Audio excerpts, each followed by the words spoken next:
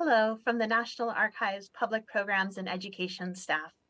My name is Sarah Lyons Davis, and I'm an education specialist at the National Archives in New York City. Welcome to the National Archives Comes Alive Young Learners Program. Today, we meet James Monroe. James Monroe was a lawyer, U.S. diplomat, and founding father from Virginia. James Monroe served as 5th President of the United States from 1817 to 1825. He's best known for his 1823 annual message to Congress, wherein he warned European powers not to interfere in the affairs of the Western Hemisphere, as such interference would be perceived as a threat to the United States. This policy later is referred to as the Monroe Doctrine, and it's still in effect today. James Monroe is portrayed by educator and historian James J. G. Harrison III. The National Archives has many records related to James Monroe. This image is from our education-specific resource, Docs Teach. It shows a page of the Monroe Doctrine. The Monroe Doctrine is the best-known U.S. policy toward the Western Hemisphere. Buried in this routine annual message to Congress, the doctrine warned European nations that the United States would not tolerate further colonization or puppet monarchs. The doctrine was conceived to meet major concerns of the moment, but it soon became the dominant belief about U.S. policy in the Western Hemisphere. In this copy of a painting, we see a rendition of James Monroe as he looked around 1820.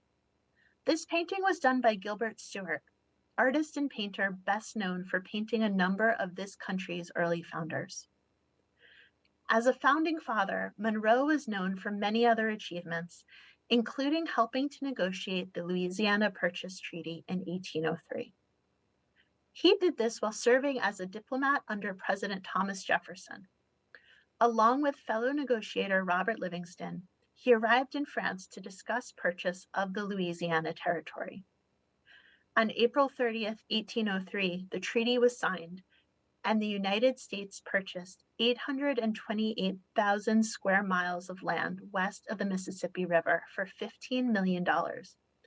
For roughly 4 cents an acre, the United States doubled in size, expanding the nation westward. Our programs are brought to you from the National Archives Public Programs and Education Team and the National Archives Foundation. You can find information for free teacher and student programs on the National Archives website, archives.gov, under Archives News, Upcoming Events, and if you follow the National Archives on social media. Please let us now give a warm welcome to James Monroe.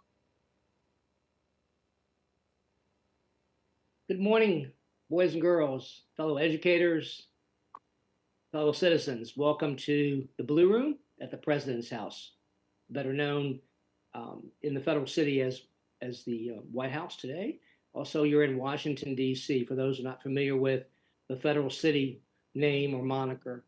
I am Colonel James Monroe, and I'm very happy and honored to be in your attendance this morning to tell you a little bit about my life and also about my career, which I have been very fortunate to have had, and current opportunities to talk to you about questions you might have, and also explain a little bit about latest happenings here in the federal city.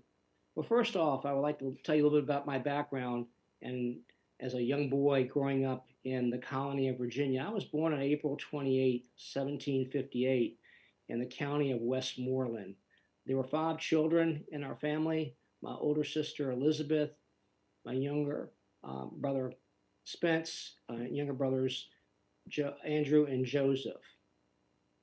My mother and father, Elizabeth Jones, and also my father, Spence Monroe, were landed gentry, meaning they were considerable prominence in the community. We owned about 500 acres of land in Westmoreland County in which we grew corn, tobacco, barley, also raised cattle, oxen, and my father was also an accomplished cabinet maker. So he was well versed in producing cabinets and furniture around it, which were sold throughout the Commonwealth of Virginia, which is now the colony of Virginia, now the Commonwealth of Virginia. My childhood was one of exploration. and also of education. I was fortunate to grow up in a very wild area where there was not as many other people around. The closest neighbors were the Washington family, which is about 5 miles from us. Didn't know the Washingtons personally as they moved away when I was prior to my birth, but our family was familiar with them. But I had a great opportunity to learn about the natural world around me and also to be well educated through my schooling at a place called Campbellton Academy in Westmoreland. Archibald Campbell was the Scottish instructor who schooled young boys at his school there, several miles from my home. My home was known as Monroe Hall um, in Westmoreland County. I went to school at Campbelltown Academy for 5 years, from 1769 to 1774, from about the age of 11 to about the age of 16. And I studied things that you might be familiar with: Romance languages, Latin, mathematics, science. One of my classmates was the esteemed John Marshall. He actually moved temporarily down to Westmoreland because he was born in Fauquier County, quite a distance away from Westmoreland County, and to attend that prestigious school there alongside me. So for about 11 weeks each year, we attended school, and I was raised with books and learning much about the outside world, but not traveling too far afield from my home, known as, again, Monroe Hall, Monrovia. The opportunities there also provided me, because of the timing, an opportunity to learn a little bit more about my father's beliefs. At the age of 7, going on 8, I was party to his being involved in the Leedstown Resolves.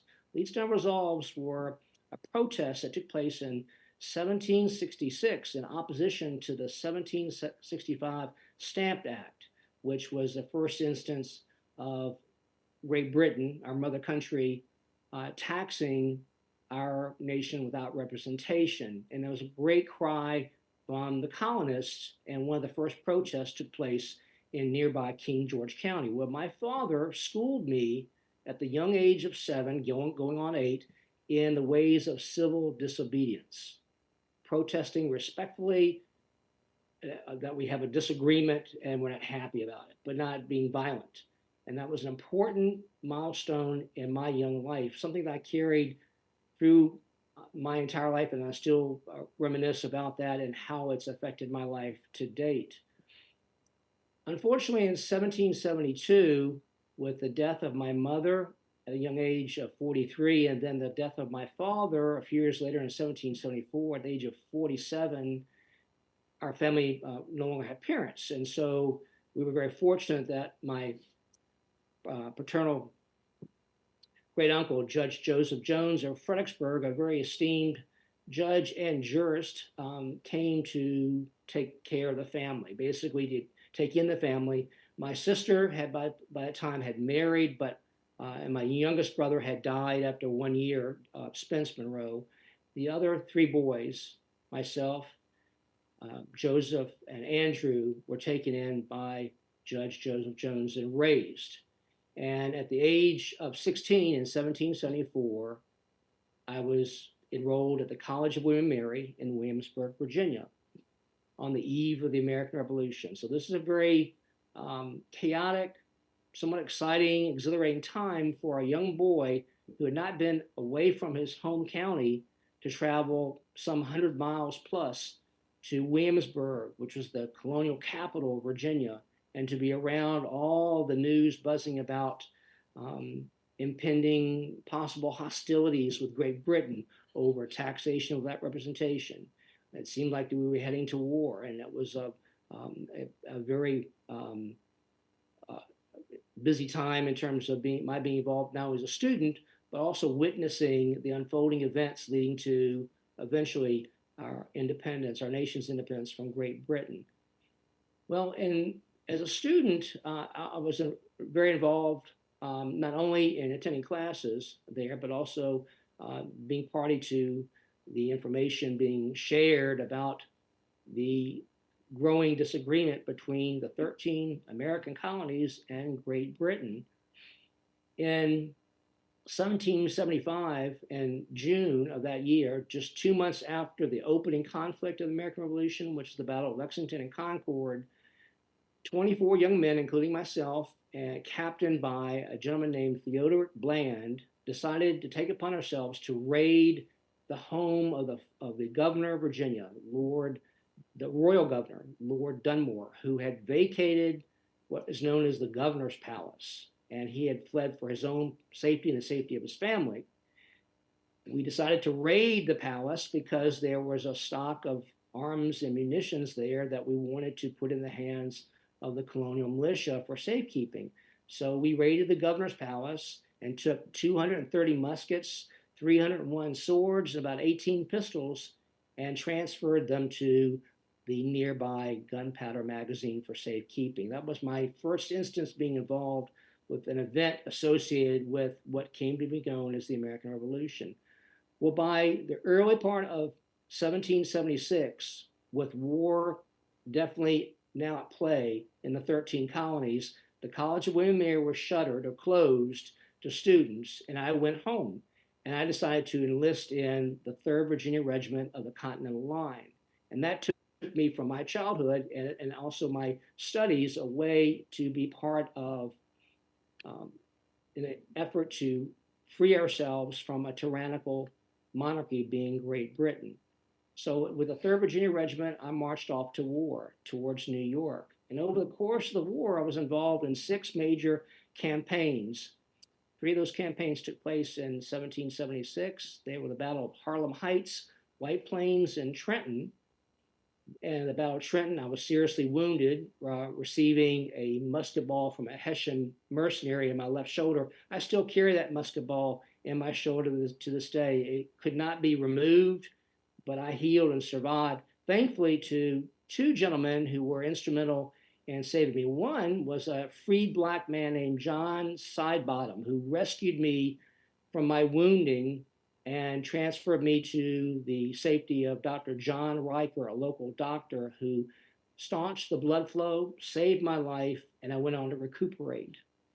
I was awarded eventually a captaincy and also became a major in the Continental Line under Lord Stirling and participated in battles in 1777 after my recovery, notably the battles of Brandywine and the Battle of Germantown, both of those battles having taken place in Pennsylvania. My last battle I participated as a soldier in the American Continental Line was the Battle of Monmouth Courthouse in 1778. At the end of 1778, I decided to forego my commission in the Continental Army and return to Virginia, where I was awarded by Governor Jefferson with a commission with the state line, specifically the Virginia Garrison Regiment, a group of men that was designated to protect the capital at Williamsburg and also the lower James River Valley area from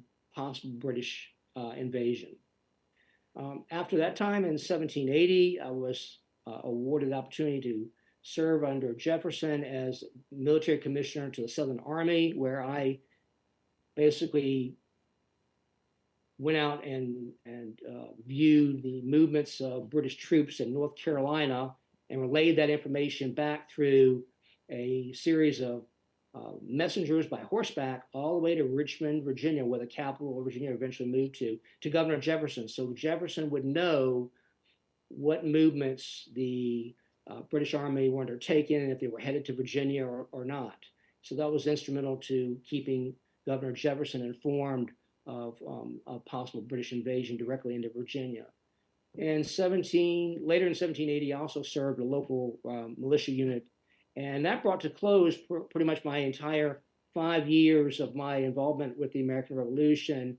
I had sought my own command, but late in the war, with so many men already serving, there were so few individuals that are either of age or of health to serve further in a new regiment that I was unable to raise my own regiment and take over as a leader in the field.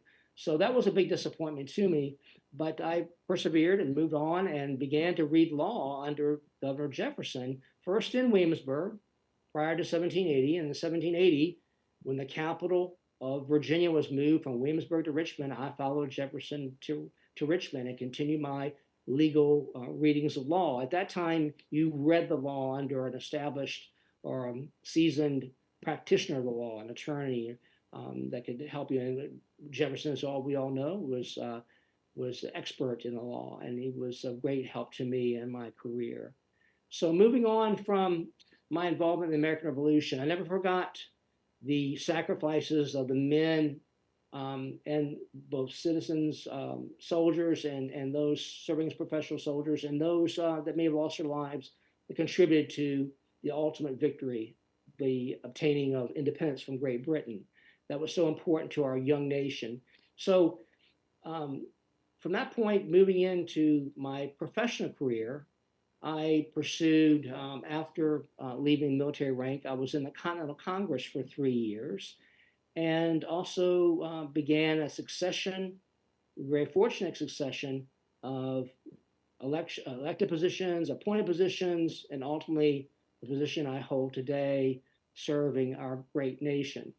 I'll tell you a little bit about those, and just to give you a background on how I have moved through my career. I served following my my Continental Congress work in New York with moving my young family to Fredericksburg, Virginia, where I became a practicing attorney. I also was a member of the Fredericksburg Common Council here in the town of Fredericksburg. I became a delegate on to the Virginia House of Delegates. I served the Virginia Constitutional Ratification Committee. I also became a U.S. Senator over time, also appointed to Minister to France, England, and Spain as well. I was appointed Secretary of State and also Secretary of War. And held those two positions at one point simultaneously under President Madison. I also, under President Jefferson, was sent to, as our wonderful introduction was made about my involvement with the enlarging of our country through the Louisiana Purchase, more than doubling the size of our nation in 1803, helped negotiate with Robert Livingston for the purchase of those many acres for those few cents on the dollar, and in fact, increasing our nation exponentially in size. I also served, eventually in 1817, I was elected president, and I've served my first term. I'm well into my second term. As a matter of fact, I have about 15 months left before I call my term comes to an end, and there's a new president put in place. So right now, there's a lot of debate going on because there are five candidates that are possible candidates seeking election as the sixth president of the United States of America. And those include John Calhoun, the Secretary of War, William Crawford, the Secretary of the Treasury, former General Andrew Jackson, who's a senator from Tennessee, also John Quincy Adams, Secretary of State, and Henry Clay, Speaker of the House of Representatives. The party to which I belong, the Democratic Republicans, is in a chaotic spell right now because of possible fracturing, because of concerns about the direction of the party, and those five gentlemen again are vying for an opportunity to possibly be the next president, election will take place in later next year in late 1824. So here we are we're now in December 14th, 1823. What are some of the things that I've been involved with that have hopefully made a difference? I've tried my best the last 6.5 years here as your fifth president. I will tell you that we've taken from the last few years through a period of prosperity, coined the era of good feelings by a Boston publicist of a newspaper back when I was making the rounds to acquaint myself with the various sections of our young nation. And as you know, very few people have the opportunity to meet the President of the United States because we don't travel that often. But I made an effort to meet my constituents in the northern part of our nation, also in the Chesapeake region, and also the southern part of the country to familiarize the citizens who voted and those who didn't vote for me with what I was about, who I looked like, and what I represented in terms of my policy proposals and ideas for the continued development and growth economically and physically as a young nation. So during that time of my travels in Boston, Massachusetts, a newspaper publicist coined the term era of good feelings because we were at a relatively good time in our nation's history where there was peace and prosperity. That would soon come apart in 1819 with the financial panic that lasted about 3 years. But we recovered, and now we're here 4 years later, and we're doing well as a nation. But some of the things that took place that I'm particularly concerned about, again, the westward expansion of our nation is important in terms of transportation improvements via steamboat, canal, passage by the construction of national roads or improved roadways to get our citizens from one point to another, because we have so many unimproved roads that during bad weather are almost impassable to make it from one town, village, or city to another. So that's very important to me as well.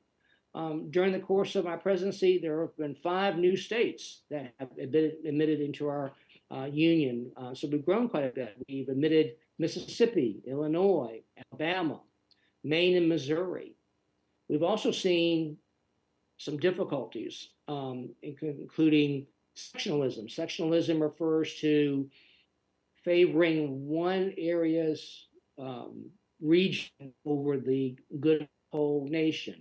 And we've had concerns between the farming South versus the manufacturing North. As a matter of fact, it all came to a head in 1820 with what's referred to as the Missouri Compromise, a document that we were able to create to help placate concerns about representation in Congress of those southern states owning enslaved people versus the manufacturing North. And we had a new state coming on board the Union, that was Missouri.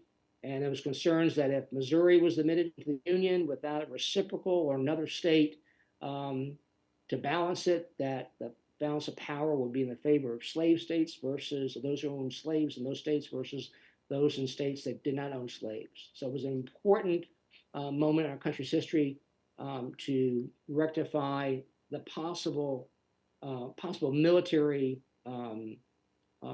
strife, a possible civil war, if you will, in 1820.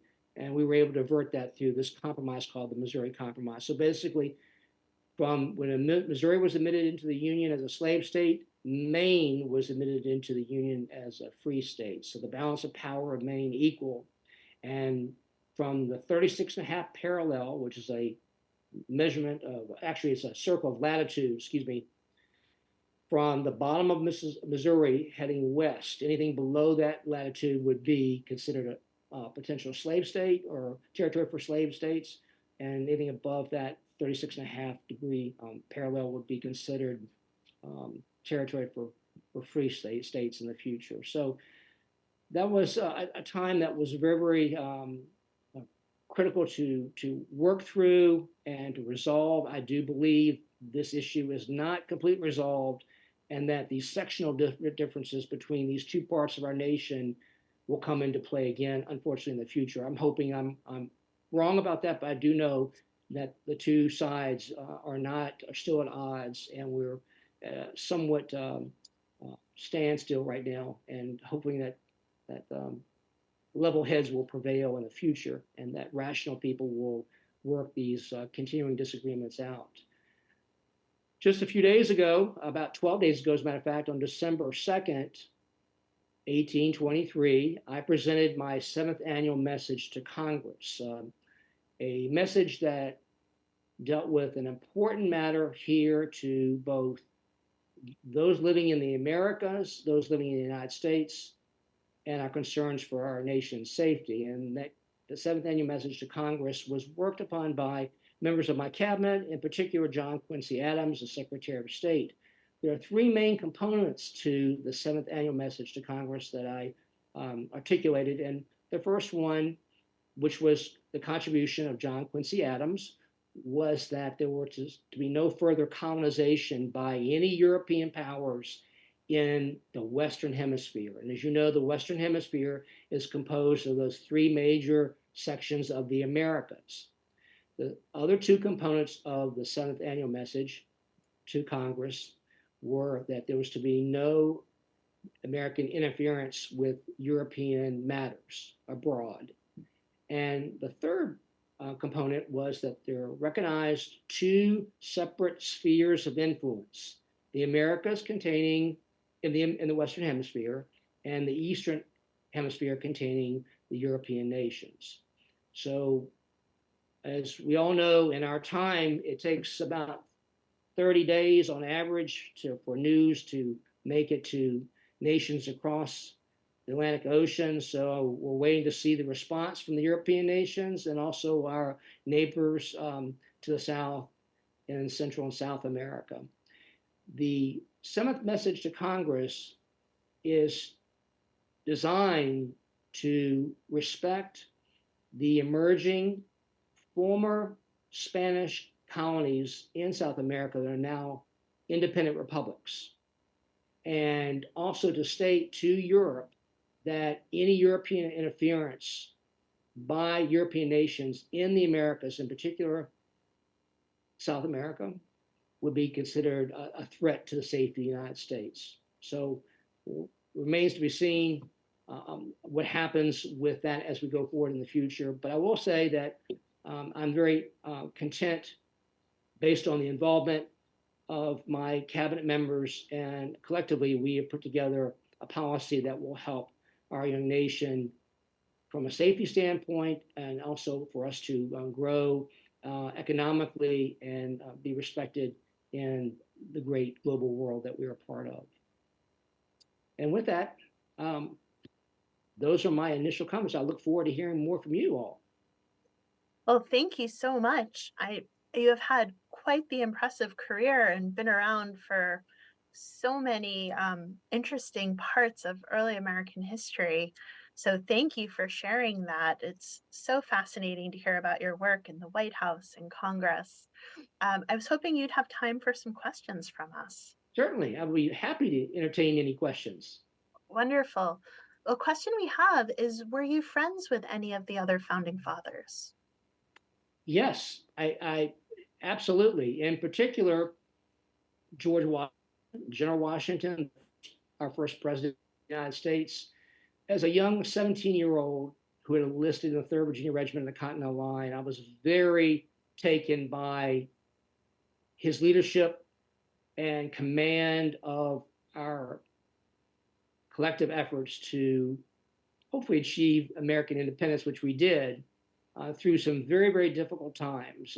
And for those who are not familiar, our army at the time was an unprofessional, non-trained army made up of citizen soldiers that needed to have the opportunity to grow under Washington's leadership. And through his subordinates and through the efforts of the French who came to serve as our allies during the war, we were able to put together the military might in order to conquer what was then the greatest army on the earth, Great Britain's army at the time. And so Washington's leadership is the aura around him, just his words, his wisdom, and his were very, very moving to a young man like myself. And I never forgot those times serving under he and his subordinates during the American Revolution.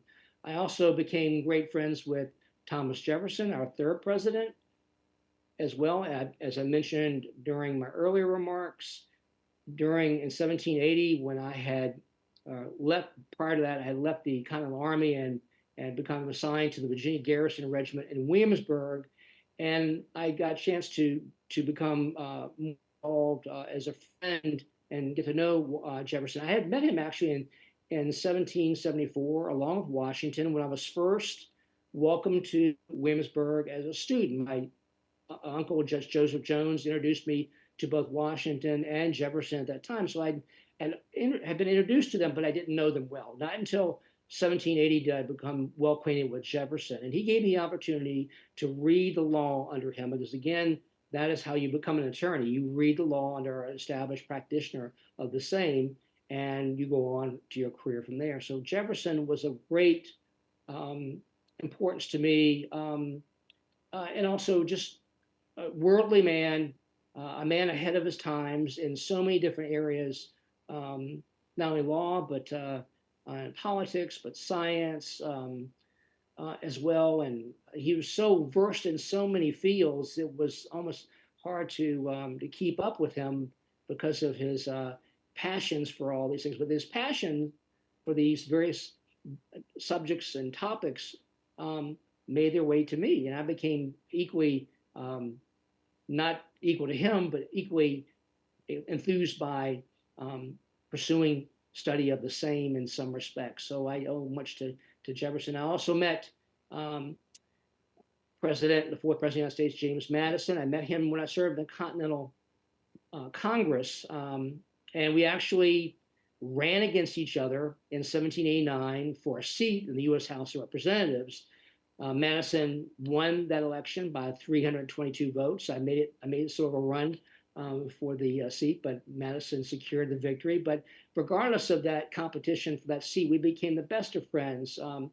His mentoring of me, just like Jefferson, in the ways of the world, the ways of politics, the ways of law, the ways of working as a public servant and doing the due diligence to affect change, and also to take care of our constituents as elected representatives, were important to me. We had a minor rift between 1808 and 1810, but we worked that out. And like Jefferson, like Madison, we are still lifelong friends, and I'm so grateful for their friendship and for all they've done to further my career. Without their involvement, I wouldn't be here as President of the United States. So I owe much to those two gentlemen. It's so interesting. Thank you. Speaking of your career and your accomplishments, what would you say is your proudest accomplishment, both in life and in your career? My proudest accomplishment in my life is meeting the love of my life, Elizabeth Courtwright of New York. And I am blessed that she accepted my offer of marriage and she became my wife. We have a lovely family. I'm proud and devoted to them. Eliza, my oldest daughter, and Mariah Hester, my youngest daughter. We did have a young son, James Spence, who unfortunately passed away at the age of about a year and a half in 1800. That was a great loss to our family, but our family is very, very close. Without the support of my family, again, I would not be as well here serving our nation. And that is my proudest life accomplishment. I would say my proudest accomplishment as a public servant, and that's a close one. I would say, because of the direct impact to the future of our nation, helping stave off a possible civil war in 1820 through the creation of the Missouri Compromise. Again, a compromise, not solving the problem ultimately, but putting off a possible conflict between North and South, where our nation could have been split apart. I think that is my proudest accomplishment at this point in time. And I appreciate that question. I've worked hard, but I think that was the most trying time in my career, especially as president, with military strife possibly on the horizon. And thankfully, we were able to prevent that at that time. That's so interesting to hear. On the kind of other side of that, if I might ask, did you have did you have disappointments along the way professionally? And what would you consider your greatest disappointment in your career? We are, yes, wonderful question. We are all human beings and we have disappointments invariably in our lives. My greatest disappointment,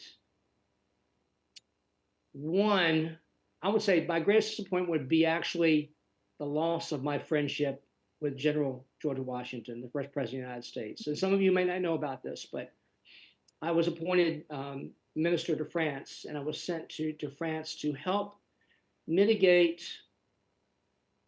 the relationship between, or actually maintain the neutrality, if I may correct myself, between um, the nations of France and England in respect to the United States. At that time, the Jay Treaty had been executed by John Jay, a diplomat sent to England to hopefully ward off war with Great Britain a second time. And as a result of that treaty, I was sent to France because France had been our ally during the American Revolution. And now France and England were fighting. And we wanted, as a nation, to maintain our neutrality, to be able to grow and respect other nations, but let the affairs of Europe hopefully play out on their own. And we didn't want to be involved. Our nation didn't want to be involved.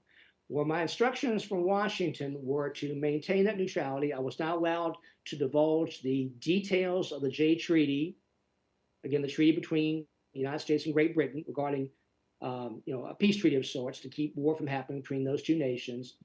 But the French felt like, and I'm very, very pleased that they were happy with my being there, but they felt that power had been removed from my position because I was not able to help them. And there were those with Washington's administration, in particular Timothy Pickering, who were talking in Washington's ear and saying, Monroe's getting too close to the French. He favors them because they fought with us as allies, and we think that he's perhaps trying to undermine the neutrality. I was not trying to undermine the neutrality at all, but maintain our relationship with France, at the same time respecting the fact that there had been a treaty executed between the United States and Great Britain to prevent war between the United States and Great Britain.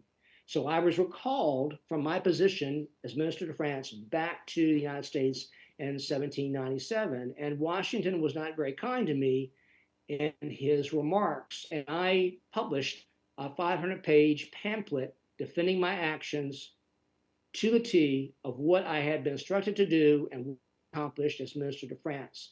Unfortunately, that created a rift in our friendship, and I regret that. I regret the fact that our friendship came apart. I stand my ground on my position. I do, if I go back in time, we all know Washington passed away in 1799. It'd be, again, I'm not able to do that, but I would like to mend somehow, some way, mend a relationship because he was a father figure to me during the American Revolution. I respected him and still do. He was a great man, a great president. He did so much for our nation, but our friendship fell apart. And it saddens me, and it still bothers me to this day. Well, thank you for answering that question so candidly and really giving us a window into those intricacies of these delicate negotiations. It's very interesting to hear. Thank you. And I understand your second term as fifth president of the United States of America will be ending in March 1825. What are your plans for these last 15 months of your administration when you leave office? Well, you see me smiling because I must admit I am somewhat excited about the possibility. The 2 terms as president is enough, and I am committed my last 15 months to fulfilling, hopefully, negotiations and further efforts related to that 7th annual message to Congress related to protecting the Western Hemisphere from the Eastern Hemisphere and European nations, but also increasing opportunities for increased aid and in partnership with other nations, but at the same time respecting the safety of the United States. I'm particularly interested in 1824 because we have a special guest coming to the United States, and that guest is the Marquis de Lafayette, General Lafayette, America's greatest French friend, so to speak, who will be returning for a year-long anniversary tour States in commemoration of the 50th anniversary of the American Revolution. And I presented to Congress the invitation, and the invitation is extended to the Marquis, and he will be joining us in 1824. Very excited about that opportunity. But in the meantime, there are other things pressing on the table. Ongoing deliberations with our Indian brothers and sisters here in the United States, the nations that are Indian nations of great concern to me, their wherewithal. I've executed a number of treaties in my administration respecting educating those nations, providing opportunities to educate them, and providing opportunities to protect their land holdings where they currently reside today. I'm also interested in continuing efforts to improve our transportation networks throughout the western and also the eastern part of the United States, and also growing opportunities in this new territory, the Louisiana territory that we purchased from France. So those are the things I'm thinking about now that I want to bring to closure, opportunities to through legislation, through policies, through executive acts, legislation to affect change and to make our nation better.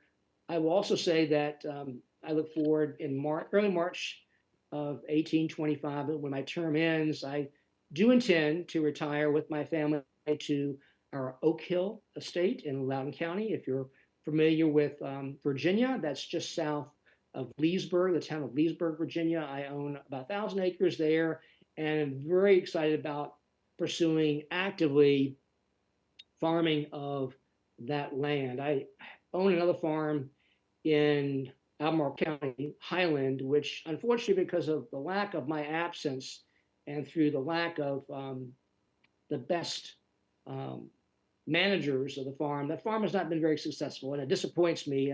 I'm the ultimate responsibility for the success agriculturally of that fine farm that I hold near and dear to me. But I have not been a good farmer, and that resides with me. And I'm hoping to become a better farmer beginning in 1825 and spending more time with my family and getting to know our local citizens in Loudoun County as a permanent resident of Loudoun County. So I'm very, very grateful for that question, and thank you for asking it. I'm sure the time will pass by quickly, and I'll be out of office, and I will wish my successor Godspeed. Well, and we have one final question for you today. What advice do you, as James Monroe, have for young people today? Several points come to mind. First, continue your education. Education equates to knowledge, and knowledge is power. That will enable you to continue on your life's journey with much success. So please study hard, work hard, and you'll be the beneficiaries of success in your life. Secondly, seeking out constructive criticism from others and their feedback is important. Make sure you listen well, thoroughly, and fully to what they have to say before you respond to them. Sometimes those criticisms might bother you, but you've asked the question, you wanted feedback, and sometimes there is good and bad with that. But listen fully and give people the opportunity, courtesy, to listen to them fully, and then respond in a respectful manner. That's basic etiquette.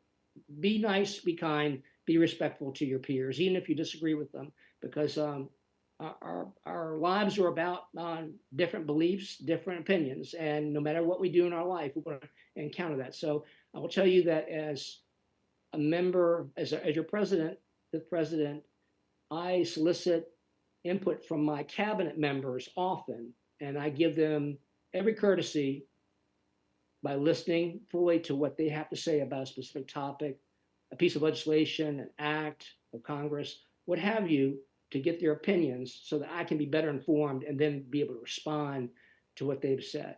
And that's something that's been passed on to me by my elders and mentors as well. Well, thank you so much for sharing all of this wonderful information and this great advice with us and our viewers.